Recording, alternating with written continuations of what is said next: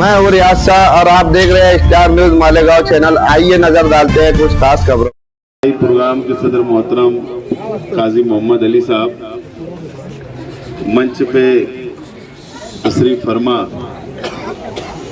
Corporation में house leader निहाल हाजी साहब, corporator जलील शाह साहब, सलीम अनवर साहब, सलीम टैक्सी वाला साहब, अतीक भाई लोखंडवाला साहब, छोटू मोबाइल साहब, अज्जू भाई, मंच पे तशरीफ फरमा और मेरे सामने तशरीफ फरमा तमाम ही इस वार्ड के बुजुर्ग हजरात, नौजवान साथी, दोस्तों और साथियों।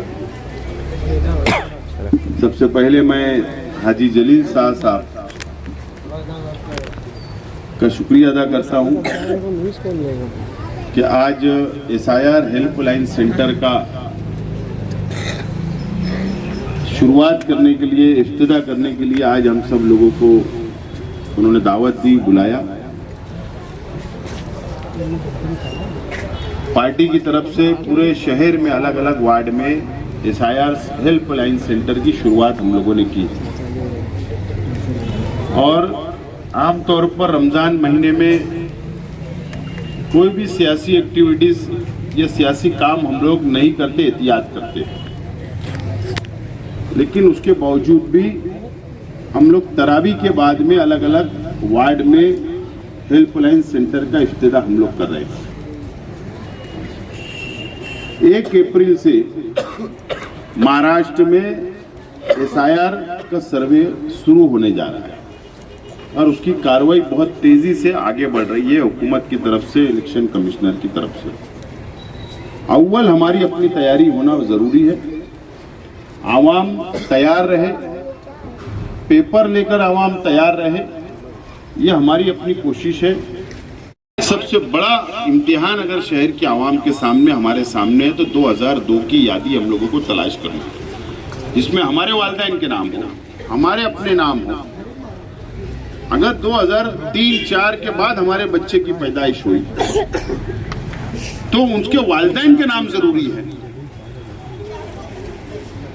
ऑनलाइन ढूंढने की कोशिश की जा रही है या यादी पुरानी ढूंढने की कोशिश की जा रही है, लेकिन उसके अंदर भी बहुत दुश्वारी आ रही है, बहुत तकालीफ का सामना करना पड़ रहा है शहर के आवाम। अब 20-25 साल का डिफरेंस हो गया 2002 में और अभी तक। अब जो हुड़कों में रहा करते थे वो चले गए हजार खोली में। 2002 में हुड़कों की यादी में नाम, अभी रहने चले गए हजार खोली। जो हजार खोली में रहा करते थे वो चले गए आजाद नगर। तो घर तब्दील हो गया, एड्रेस तब्दील हो गया, अनुक्रम नंबर तब्दील हो गया, इपिक नंबर तब्दील हो गया। इस तरीके से पूरी तरीके से बिखर चुकी है और आज हम जहां रह रहे हैं, आज हमारे नए एड्रेस के हिसाब से यादी आज की यादी में हमको मिलेगा, 2002 की यादी में आज ये उड़कों में हमारा नाम नहीं मिल पाएगा।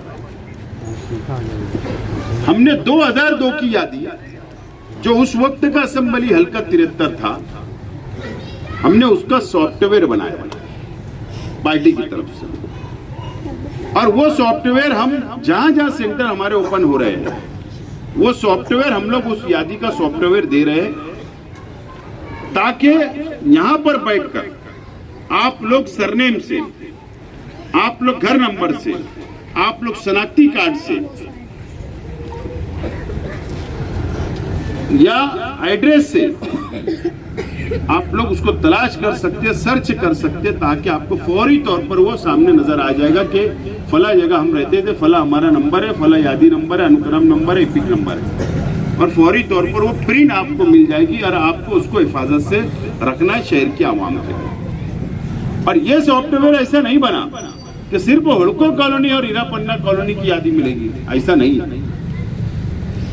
आप इस सॉफ्टवेयर से, इस हेल्पलाइन सेंटर से आप आजाद नगर का भी नाम ढूंढ सकते हो। हमने पूरे शहर की यादी का सॉफ्टवेयर तैयार किया है, ना कि कोई एक इलाके का नहीं किया है। ये जरूरत इस बात की है। अब हमारे पास वक्त बहुत कम बचेगा, ईद के बाद बहुत कम वक्त तो बचेगा, और इलेक्शन कमिश्नर ऑफ इंडिया ये एक आजाद है अदारा, लेकिन सरकार के दबाव में सरकार का इन्वॉल्वमेंट है। सरकार जो बोलती है वो इलेक्शन कमिश्नर ऑफ इंडिया करता है, ये तो जग जाहिर है। मुल्क की अलग अलग सेकुलर पार्टियां जो अपोजिशन में, वो इस बात का खुला ऐलान करती है, आंदोलन करती है, एहतजाज करती है कि इलेक्शन कमिश्नर वन साइड काम करता है। अब मान के चलिए, हमको तो ये तो पता है कि 1 अप्रैल से उसकी शुरुआत हो रही है, लेकिन उसने ये नहीं बताया कि वो 1 महीने में सर्वे मुकम्मल करवाएगा कि 2 महीने में सर्वे मुकम्मल हो सकता है। 1 ही महीने का टाइम दे,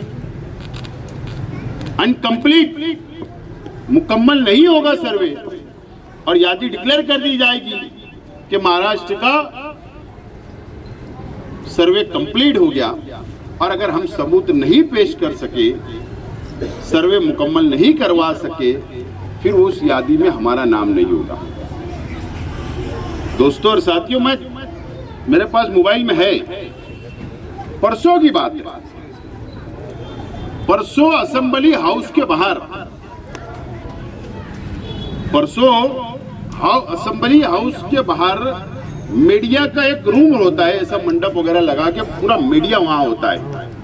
किसी एमएलए को, मंत्री को, मुख्यमंत्री को अगर बयान देना है तो वहां आकर वो बयान दे सकता है। मैं एक प्रेस देख रहा था, किरीट सोमैया और बीजेपी के कई एमएलए उसके साथ खड़े रह के प्रेस कॉन्फ्रेंस कर रहे थे। प्रेस क्या थी? प्रेस ब्रीफिंग क्या थी कि जिस दिन वो लोग प्रेस कर रहे थे, उसी दिन उसी वक्त विधान भवन के अंदर भारतीय जनता पार्टी के तमाम एमएलए की मीटिंग थी, महाराष्ट्र के तमाम एमएलए की मीटिंग थी, और उनको लेक्चर दिया गया। और लेक्चर देकर किरीट सोमैया ने यह समझाया कि आपको कैसे सर्वे कराना है और किसका नहीं होने देना है। इस तरीके की उनको ट्रेनिंग दी गई बीजेपी के एमएलए लोगों को। मेरे पास है, शायद जाबिर शाह तुमने शायद लगाया, ऐसा मुझे याद आ रहा है।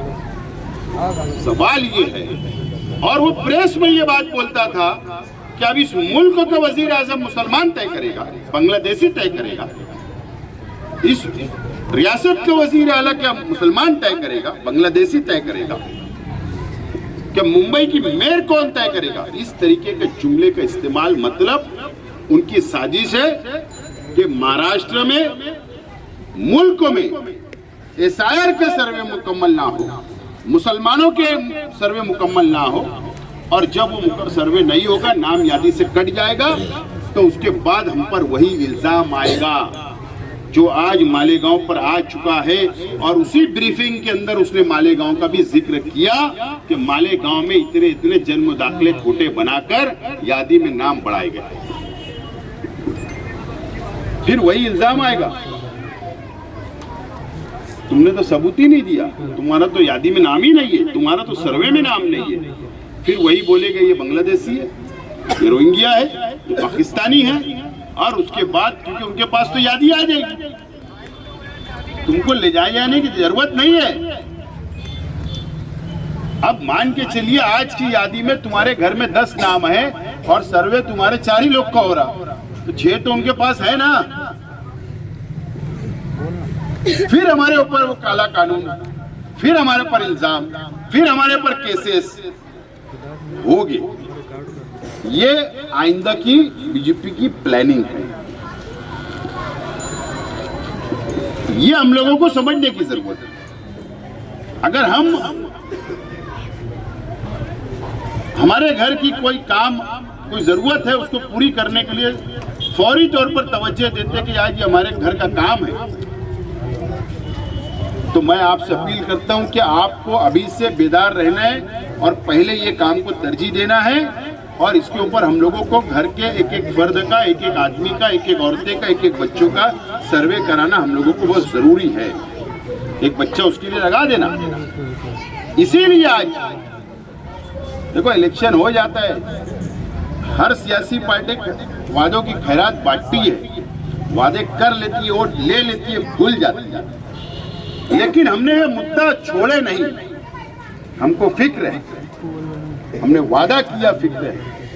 ये लड़ाई हमारे मुखालिफ जो शहर के अंदर दूसरी जो पार्टियां जिनके खिलाफ हम चुन कर आए, जिनके खिलाफ हम हारे, एक दूसरे के खिलाफ हारे, उनसे नहीं है।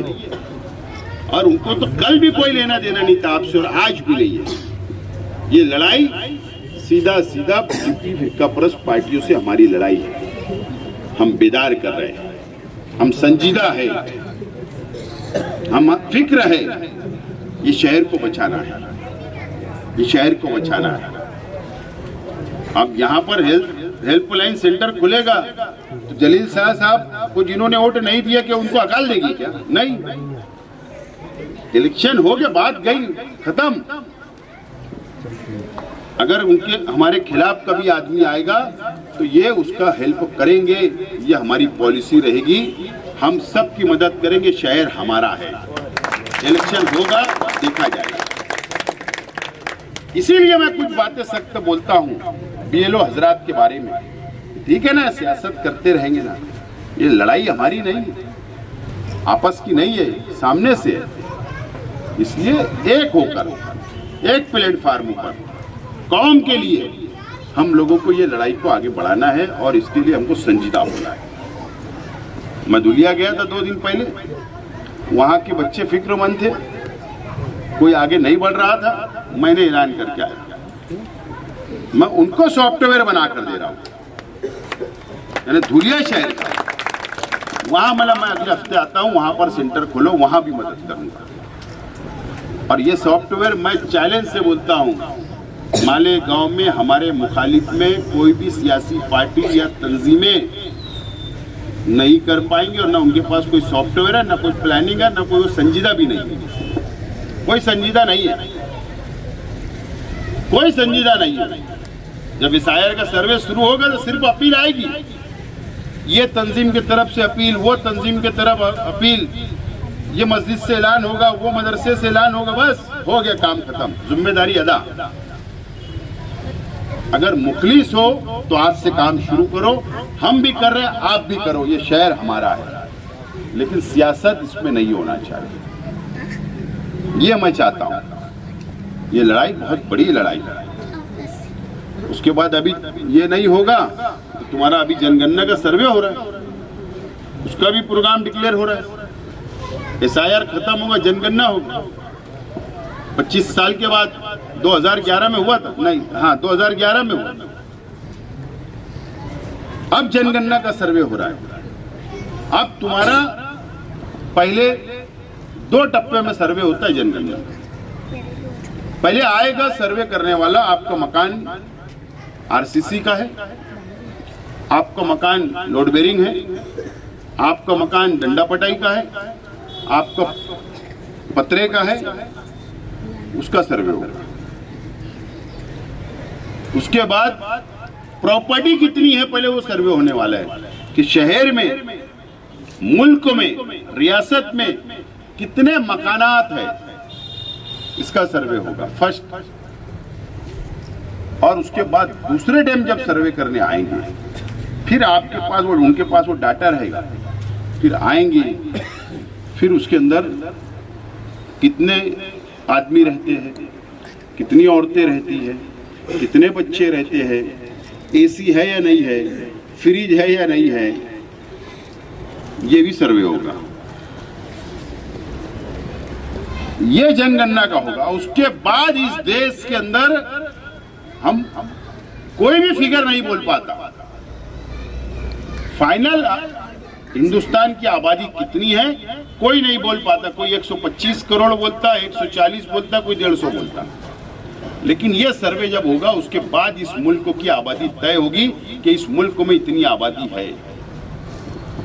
जब वो सर्वे होगा तो हम तो डिमांड कर रहे हैं, अपोजिशन पार्टियां, हम भी डिमांड कर रहे हैं कि तुम जो सर्वे करने जा रहे हो वो सर्वे के अंदर तुम जात का कॉलम डाल दो, मजहब का कॉलम डाल दो कि मेरा मजहब क्या है। लेकिन नहीं डाल रही है सरकार। सरकार अगर वो डालेगी तो इस मुल्क में यह भी तय होगा कि मुसलमानों की आबादी इस मुल्क में कितनी है। वो छुपाना चाहते हैं। वो OBC SC, ST, VJNT, schedule caste, schedule tribe, ये सब डालेंगे, लेकिन वो जात का कॉलम डालने चुप रहे, डर रहे हैं। लेकिन डिमांड तो हो रही है कि जात का कॉलम आ जाने दो ना, एकदम तय हो जाएगा इस मुल्क में कि कौन से धर्म के, कौन से मजहब के लोग कितने हैं। तो ये सर्वे और अभी शुरुआत पीछे होने वाली है। आमतौर में हम लोग डरते हैं कि नाम ही नहीं बताते, नाम छुपा लेते। क्या जरूरत है, अपना पक्का घर है तो पक्का ही बोलो ना, कच्चा है तो कच्चा ही बोलो। घर में 5 बच्चे तो 5 ही बच्चे बोलो, जो है वो बोल दो, उसमें कोई छुपाने उपाने की जरूरत नहीं होती, मेरा ऐसा मानना है। क्या होने वाला है कि सरकार हमारा घर चलाती है, कि चूल्हा हमारा जलता है तो सरकार के दम पे जलता है क्या? अरे हम कमाते, हम खाते, हम घर बनाते, हम प्लाट लेते, हम अपने बच्चों को तालीम देते, सब कुछ फैसिलिटी हम अदा करते, सरकार को तो हम टैक्स देते हैं, हर चीज का टैक्स देते हैं। तो छुपाने की, कई लोग बोल देते अरे ये इतना मत बताओ, अरे ये मत बताओ, क्या वजह, सब सच बताना पड़ेगा। तो ये सब सर्वे होगा, उसके बाद पार्लियामेंट का और उसके बाद असेंबली का हल्का बंदी होगी। याद रखना मेरी बात, मैं तुमको आगे की बातें बता रहा हूं, जो मुझे दिखता है, समझता है सियासी तौर पर, वो बोल रहा हूं। आगे फिर पार्लियामेंट हल्का होगा, हल्का बंदी होगी। हमारा पहले ZM कांदोड़े, हरिशंकर मालेस, हमारा ST, उधर आदिवासी भाई चुनकर आते थे पार्लियामेंट हल्का। बाद में हमारा पार्लियामेंट हल्का धुलिया मालेगा हुआ। अब बीजेपी ये करेगी, जब सर्वे मुकम्मल हो जाएगा तो अब क्या हुआ कि यहाँ से कांग्रेस की सीट चुनकर आ गई और मुसलमानों ने मालेगांव और धुलिया और ये हल्के के अंदर मिला के तकरीबन, जहां तक मैं मानता हूं कि 3.25 लाख वोट, तकरीबन या 3 लाख मुसलमानों ने वन साइड वोट मार दी, बीजेपी की सीट हार गई। वो हल्का बंदी जब करेंगे तो हो सकता है धुलिया और मालेगांव को अलग कर देंगे, खत्म। बीजेपी की सीट ऐसे पूरे मुल्क के अंदर किया जाएगा और इतनी बम्पर मेजॉरिटी से चुन कर आने की कोशिश की जाएगी कि फिर हमारे खिलाफ फिर काले कानून बनेंगे। असेंबली में भी हो सकता है ऐसा ही हो कि अभी 10, 12, 15 मुसलमान चुन कर आते महाराष्ट्र में MLA, ऐसा उसको काटा जाएगा। हो सकता मालेगांव 114, 115 को 3 कर दे, 2 असेंबली हल्के 3 हो जाए। हो सकता है आधा तोड़कर धुलिया तक भिड़ा दे, इसको आधा तोड़कर इधर भिड़ा गए।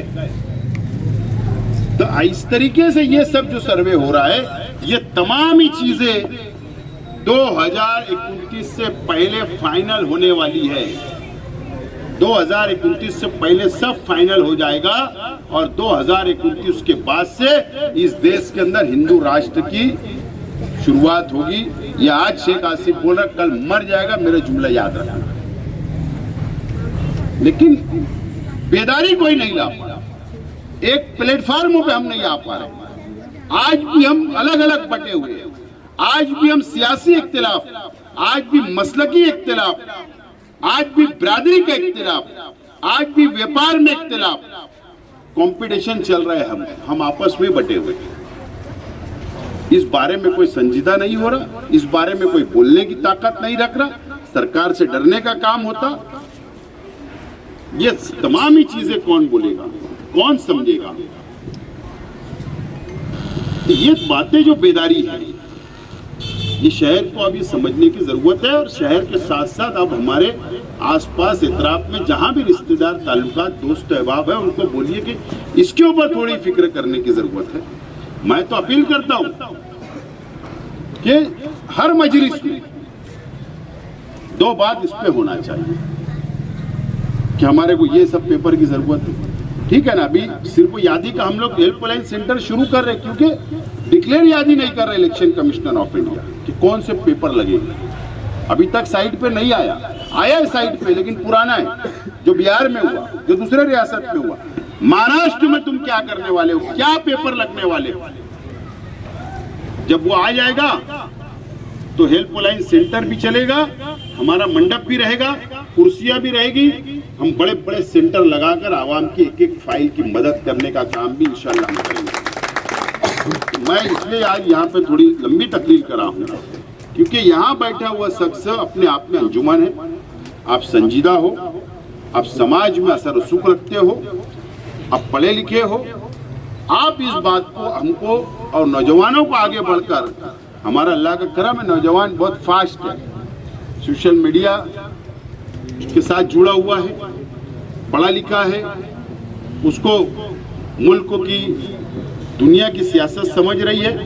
आज हर शख्स ईरान की और अमेरिका की और इजराइल की जंग देखता है, सब जुड़े हुए हैं।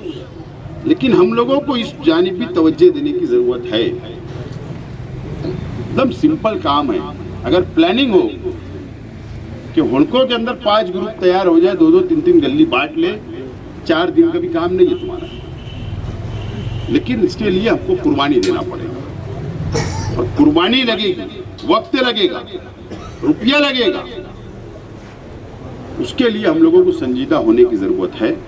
इसलिए जो हमने कॉरपोरेशन में वादा किया था कि हेल्पलाइन सेंटर की शुरुआत आज यहाँ हो गई, निहाल हाजी की हो गई, अज्जू भाई की हो गई, अभी और होने वाली है। अभी मैं डरेगांव में भी कर रहा हूँ, मैं हिंदू भाई का भी ख्याल रख रहा हूँ, मैं कैंप रोड के ऊपर भी करने जा रहा हूँ क्योंकि उस वक्त 73 असेंबली हल्का कैंप समक्सर इसके साथ जुड़ा हुआ था। 2002 में हमारा असेंबली हल्का उधर जुड़ा हुआ था, तो उनकी भी यादी में सॉफ्टवेयर में नाम आएगा, हम उनकी मदद करेंगे। बुराई क्या है, हम वहां भी सेंटर खोलेंगे हमारी पार्टी में। लेकिन पूरे शहर के अंदर बेदार होने की जरूरत है। इसीलिए आज जलील हाजी साहब ने 2-3 दिन से बात चल रही थी, फिर मैंने आज फौरी तौर पर उनको कल रात में बोला कि आज कर लो इफ्तिदा, तो इसीलिए आज इफ्तिदा हो रहा है। मैं मुबारकबाद देता हूँ, शुक्रिया अदा करता हूँ और आपसे अपील करता हूँ कि इस हेल्पलाइन सेंटर से आप लोग फायदा उठाएं। और निहाल हाजी साहब को हाउस लीडर पार्टी की तरफ से कॉरपोरेशन में बनाया गया, मैं मुबारकबाद पेश करता हूँ। और जलील हाजी इनकी वालदा मोहतरमा को स्टैंडिंग कमेटी का रुकन बनाया गया, मैं मुबारकबाद देता हूँ। तायरा शेख रशीद साहिबा को उनको अभी महिला बाल विकास चेयरमैन बिन विरोध चेयरमैन बने। उसके बाद वाइस चेयरमैन सलमा शफीक आर्गन, जो तुम्हारे मोहल्ले के मुझे लगता है पहले यहाँ रहते थे, पहले यहीं रहते थे, अभी उनको वाइस चेयरमैन बनाया गया। और एजाज बेग साहब को हमने मेयर इलेक्शन में वादा किया था कि आपको स्टैंडिंग चेयरमैन का ओहदा दिया जाएगा। तो अल्लाह का करम है कि तमाम ही लोगों से जो अभी हमने ओहदे के वादे किए तो पूरे हुए। मुबारकबाद तमाम ओहदेदारान को पेश करता हूँ। 1-2 दिन में सलीम भाई अनवर साहब की भी ऑफिस की इब्तिदा होगा। तो बोलने का मतलब एक अच्छा टीम वर्क हम लोग तैयार कर रहे हैं और टीम वर्क के साथ में हम लोग काम करने की कोशिश कर रहे हैं और इस शहर को आगे ले जाने की कोशिश कर रहे हैं।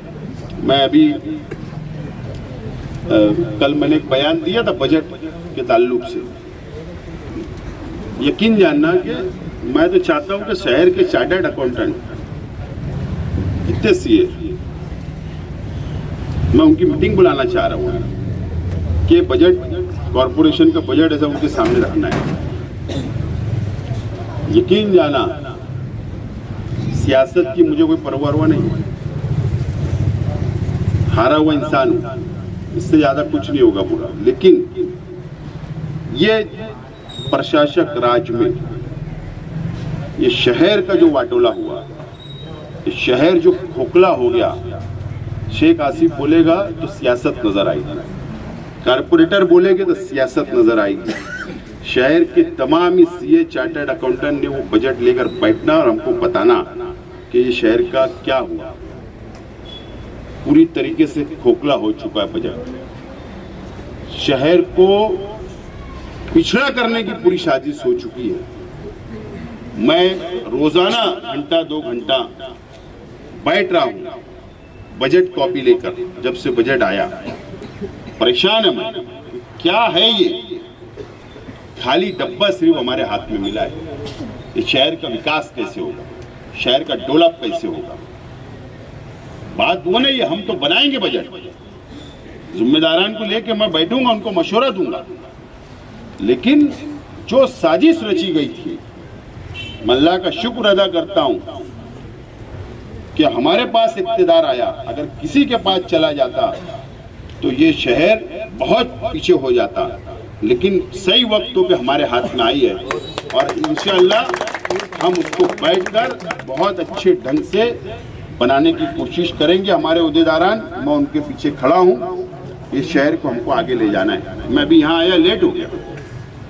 मैं मेरे घर से निकला नूरबाग से, नए ताज मॉल के पास ट्रैफिक में जाम था। कहाँ तक जाम थी ट्रैफिक? ब्रिज तक। मैं वापस रिक्शा पलटाकर आजाद पुलिस से होता हुआ अंदर से आया। ट्रैफिक इतनी बढ़ गई शहर में, उसका प्लान करना है। मैंने फ्लाईओवर ब्रिज अभी हमको और एक जरूरत है शहर में। बहुत सारी चीज को एक प्लानिंग के तहत ये शहर को हमको आगे ले जाना है। तो मैं ये तमाम चीजें आप लोग समझना पड़ेगा। हर वक्त सियासत सियासत सियासत हावी, कुछ नहीं होने वाला है। ये शहर का कुछ भला भला होगा नहीं, किसी को कोई लेना देना नहीं है। जाति मुफाद का राजकारण ये शहर में हमेशा चलते आया है, लेकिन अब उससे ऊपर उठकर हम लोगों को सियासत करना पड़ेगी और अब शहर का तामीर, शहर की तरक्की हम लोगों को समझना पड़ेगा। आज भी मुझे बताओ ना, तुम खड़की रोड पर चले जाओ, दरेगांव निकल जाते, क्या हालात है। लोग कहाँ कहाँ घर बना के रह रहे हैं। अरे इंसान है, उनको क्या बुनियादी सहूलत नहीं लगी? लोग हाईवे पे चले गए, मालदे में हाईवे के उस साइड चले गए, गुर्बत की वजह से गए ना। लेकिन कॉरपोरेशन में वोट है, उनकी बुनियादी सहूलत कौन सोचेगा? हम तो शहर में रहते हैं, ठीक है, या 19-20 समझा जा सकता। ये तमाम ही चीजें बहुत सोचना और समझना है। पानी कैसे पहुंचेगा, पैसा कहां से खड़ा होगा, उनको बुनियादी सहूलत कैसे मिलेगी, ये तमाम ही चीजें बहुत कांटों भरा ताज कॉरपोरेशन का इक़्तिदार हमारे को मिला है। लेकिन इंशाअल्लाह हम लोग आगे बढ़ेंगे।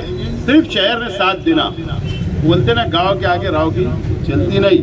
आप साथ रहो, कितना भी बड़ा राव आ जाए हम लोग डरेंगे। शुक्रिया।